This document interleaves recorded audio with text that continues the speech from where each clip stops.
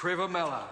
Mr Speaker, I think there's some things that I should put on the record too. I think in 2009 I accepted a couple of glasses of wine at Sky from Sky City at one of their lower bars. In 2011 I went to a test match as part of the Rugby World Cup with Sky City, and earlier this year, early in 2013, I accepted a cup of coffee and a muffin with one of their lobbyists when we were discussing this legislation. Mr Speaker, I am, however, reminded of the statement of the late California State Treasurer, Big Daddy Unruh, Mr Speaker, and it is, if you can't eat their food, drink their booze. There's another phrase that has to do with the relationship with women, which I won't read out, and vote against them, then you have no business being in Parliament.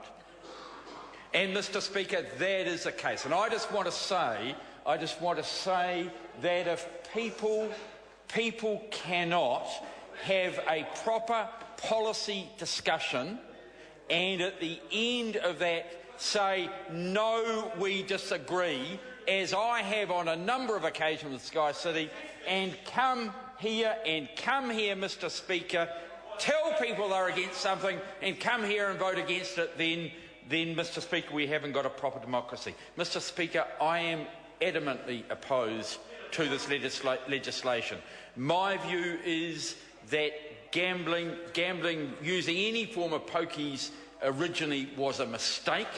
I think that the Peter Tapsell, in allowing it probably without any right of legislation, when he allowed it without any right and any proper regulation back when he was Minister of Internal Affairs in the early 1980s, was wrong.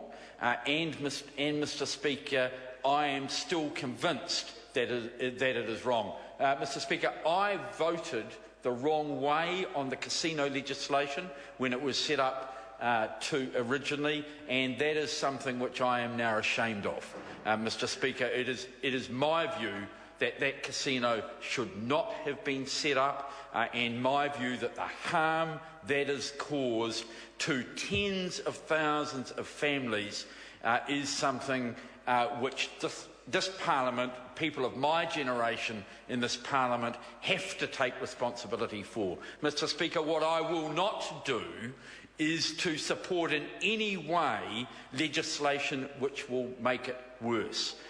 Pokies and gambling tables cause immense harm to families. People gamble much more, in some cases, than they can afford to do.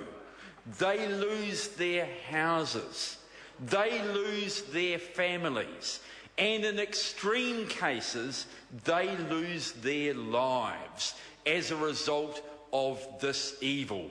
And Mr Speaker, for the Prime Minister to trade this loss of families, this loss of houses, and this loss of lives for a convention centre is, in my opinion, morally bankrupt. And, Mr Speaker, the way that it has been done is effectively corrupt. Mr Speaker, the Prime Minister wrote on a piece of paper to finalise a deal with Sky City. He wrote on a piece of paper to breach everything that is ethical about having proper tenders and proper arrangements in making government deals. Mr Speaker, the Prime Minister of New Zealand lowered the standards of our democracy and the ethics and the integrity and the transparency that we expect in New Zealand, and this bill is a result of it. And I say to Jonathan Young, who was a National Party member who preceded me, shame on you. Jonathan, I know that you know better. I know that you know that people will die as a result of this bill. I know, Mr Young, that in your heart and in your conscience you do not support it. And I say shame on you for standing up to support this grubby bill.